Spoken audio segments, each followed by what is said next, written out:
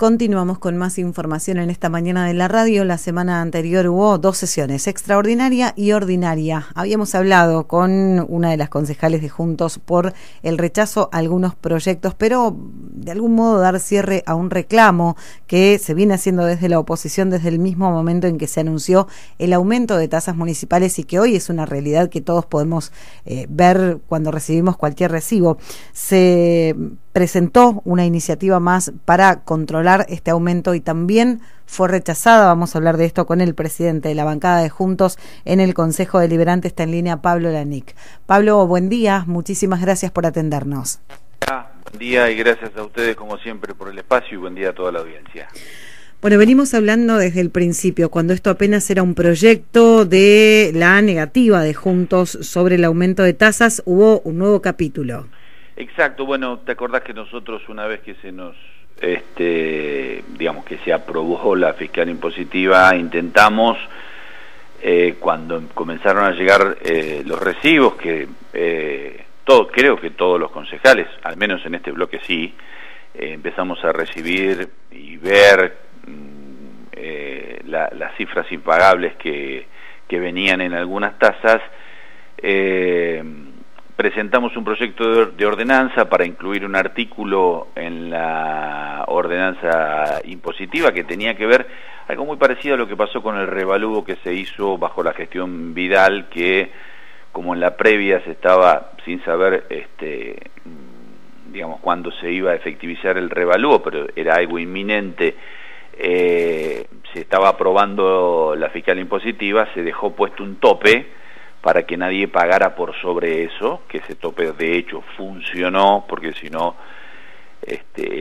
la base imponible que se usa para calcular muchas tasas tiene que ver con la evaluación fiscal, y entonces eso por ahí iba a disparar todo si no hubiera sido por ese tope. Bueno, esto fue rechazado en la última sesión, lo dijimos en la última sesión, da la sensación de que no hay un registro en el oficialismo de que hay tasas que se han vuelto impagables, no porque la gente no quiera, sino porque la gente no puede, porque a su vez nos parece que no hay registro de una crisis que es, consideramos inédita al menos en muchísimos años. Da la sensación de que no hubiera contacto con esos mismos vecinos que venían aquí al bloque a mostrarnos y pedirnos que hiciéramos algo, porque no había manera de pagar esa cifra que figuraba en el recibo, ¿no? Y esto sector por sector, hoy lo estamos viendo en los reclamos de distintos sectores. Bueno, ustedes seguramente se harán eco. Sí. Los productores, por ejemplo, están pagando una tasa, te diría que como para tener, no digo pavimentados, pero casi los caminos, ¿no? Y sin embargo, en muchos sectores del partido hoy no hay caminos para sacar la producción siquiera, ¿no? Y en su momento nosotros desde este bloque hemos pedido cumplir con la ley que establece de que los propios productores participen en las comisiones que van determinando el cronograma de arreglo de caminos, hasta la ubicación de los equipos y demás, y eso fue sin suerte. Bueno, pasó algo también en la última sesión. Hoy transitar por Peguajó es ir chapaleando líquido cloacal, es así, literal, y daría la sensación que tenemos que normalizar eso, ¿no? Yo sé que lo digo siempre porque si no parece que esto fuera magia, ¿no? La solución es algo que va a llevar tiempo, pero el día uno de esa solución parece que no llega nunca, ¿no? Hace una década que no tenemos una planta de tratamiento de líquidos cloacales y seguimos ampliando la red y lo anunciamos como si fuera un avance, ¿no? En la última sesión el oficialismo hizo un beneplácito que nosotros rechazamos justamente porque se creó en este contexto el Ministerio de Medio Ambiente en la provincia de Buenos Aires, de nuevo con docenas y docenas de funcionarios, subfuncionarios, coordinadores, subcoordinadores, todos cargos políticos nuevos, y la verdad, mirando la situación de Peguajó, digamos, tenemos que retrotraernos hace un siglo, cuando nuestros abuelos nos contaban que la vida en sociedad requirió hace un siglo por lo menos que los servicios se dieran de manera centralizada. para que el Estado pudiera trabajar sanitariamente por la población, ¿no? Por eso cuando te pasaba el agua corriente por tu casa te hacían cerrar el aljibe, y cuando te pasaban las cloacas te hacían tapar el pozo ciego, porque el Estado entonces, por un lado te podía dar agua normalizada, en condiciones sanitarias de ser consumida y demás, y por otro lado, al cerrar el pozo, impedía que estuvieras contaminando las napas. Pero bueno, hoy me lo decía una vecina el otro día de Calle Echeverría, lamentablemente tapé mi aljibe, me decía, porque no hay agua. Y por otro lado, quienes tienen servicio de cloacas estamos participando, por supuesto que involuntariamente, ¿no?, de una contaminación pocas veces vistas de nuestra laguna. Hoy la laguna La Salada es una cloaca a cielo abierto, porque todos los líquidos pasan sin ser tratados en la planta hace décadas. Y en relación a esto, en su momento también pedimos declarar una emergencia en tema cloacas para exigir que APSA repare primero esa planta, que cesen la contaminación, como dice la ley, ¿no? Esto lo hablamos con la gente del OPDS, y que remedie el daño ambiental tremendo que ha realizado. Nos parece que eso es mucho más importante que abrir un mega ministerio, ¿no? Pero bueno, tampoco tuvimos suerte en ese aspecto, ¿no? Pero bueno, el norte nuestro va por ese lado, más allá de la suerte que corran los proyectos. Lo hablábamos después de la última sesión con algunos de los concejales que están comenzando, digamos, claro, sus mandatos, que por ahí se sienten frustrados. Bueno, hay que, más allá de las frustraciones, convertir esa frustración en combustible para seguir para adelante, porque además, digamos, quien quiera conocer cuál es nuestra plataforma de gobierno no tiene más que revisar nuestros proyectos, que son en cierta manera el andamiaje de lo que sería o lo que va a ser, lo tengo que decir en esos términos, un futuro gobierno de este espacio político, ¿no?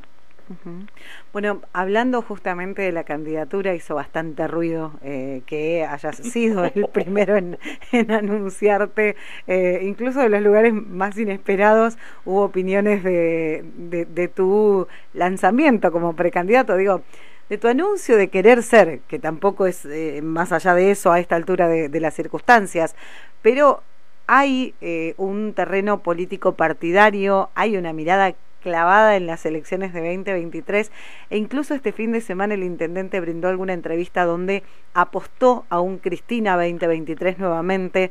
Se despegó un poquito otra vez de Alberto Fernández, de su actual gobierno, lo invitó a escuchar y hablar de empezar a trabajar en una verdadera redistribución de la riqueza. Digo, hoy por hoy, desde el panorama ya político partidario, electoral, ¿cómo se evalúa todo esto que viene ocurriendo? Bueno, empiezo por el final, si querés. La verdad, a mí me parece penoso ver cómo algunos o muchos a esta altura se quieren bajar a mitad del río, ¿no? Sobre todo cuando me parece que es imposible, porque, digamos, todos forman parte de lo mismo. Y si uno mira los números de las encuestas, por ejemplo, estas maniobras de zigzag o de querer despegarse no estarían dando absolutamente ningún resultado, porque efectivamente el fracaso del gobierno es el fracaso de todos los dirigentes, del primero al último, del Frente de Todos. Pero además, en la práctica, efectivamente son parte de lo mismo y están gestionando exactamente de la misma manera, porque más allá de lo que se diga, y si bien de lejos puede parecer solamente para justificar esta maniobra de despegarse, de que son conscientes de lo que le está pasando al vecino cuando va al supermercado, a la carnicería, a la panadería, al almacén o a la farmacia, donde entre paréntesis ya hay algunos faltantes de medicamentos, según nos denunciaban algunos vecinos. En la práctica parece no registrarlo, digamos, más allá de que por un lado parece que sí, en la práctica es que no.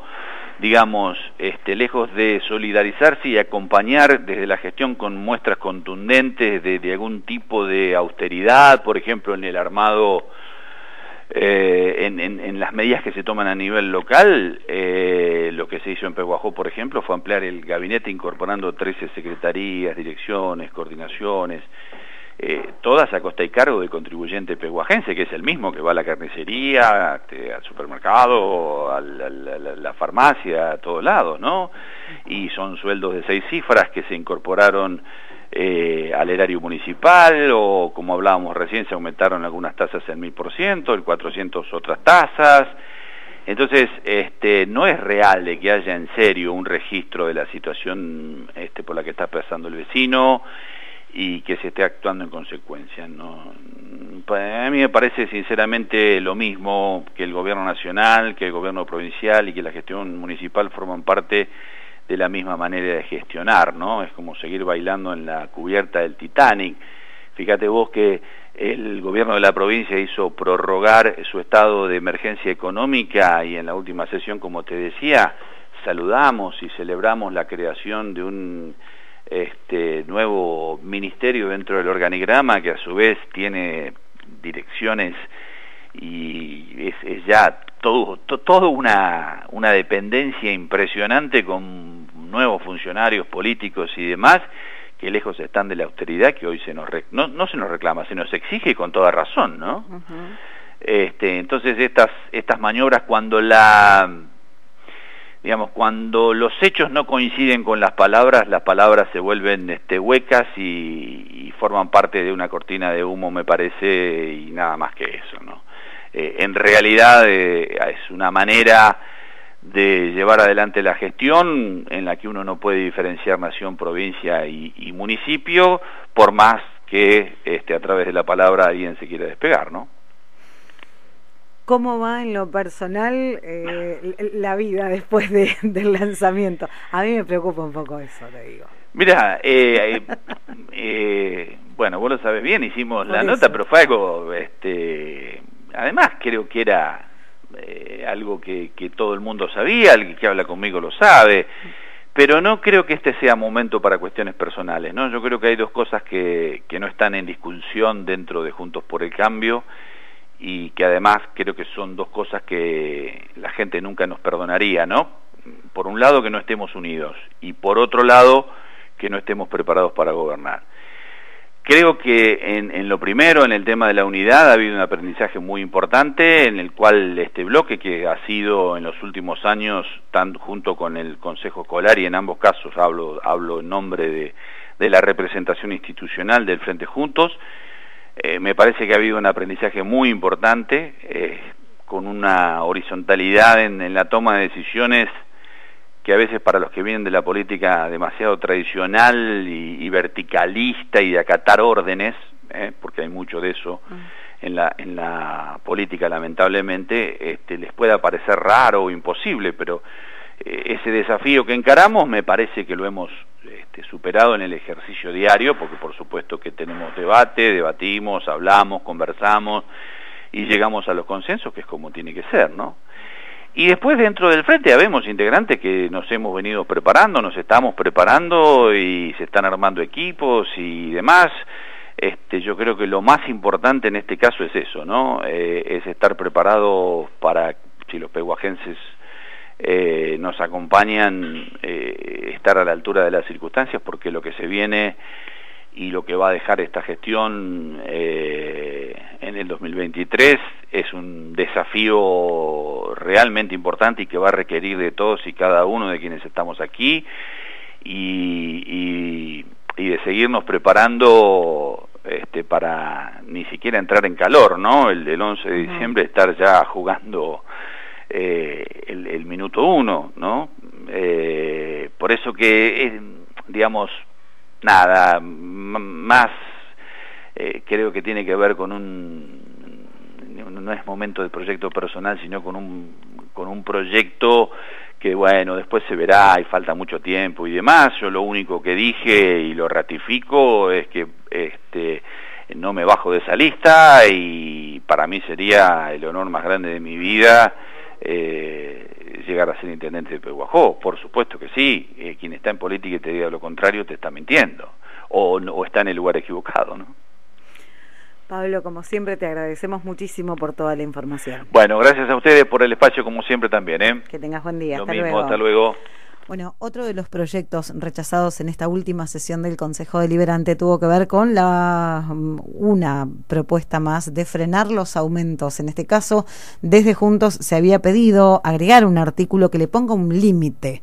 No que se deje de aumentar, sino que haya un límite al aumento de las tasas que todos sabemos, porque ya hoy tenemos los recibos en mano, han incrementado muchísimo. Fue rechazado este proyecto por parte del oficialismo por cantidad y conformación del Consejo. Sabemos que el rechazo del oficialismo o la aprobación significa la votación final, y de esta manera se insiste desde el oficialismo con que están bien aumentadas las tasas. Por otra parte, y en la misma sesión se celebra, se aprueba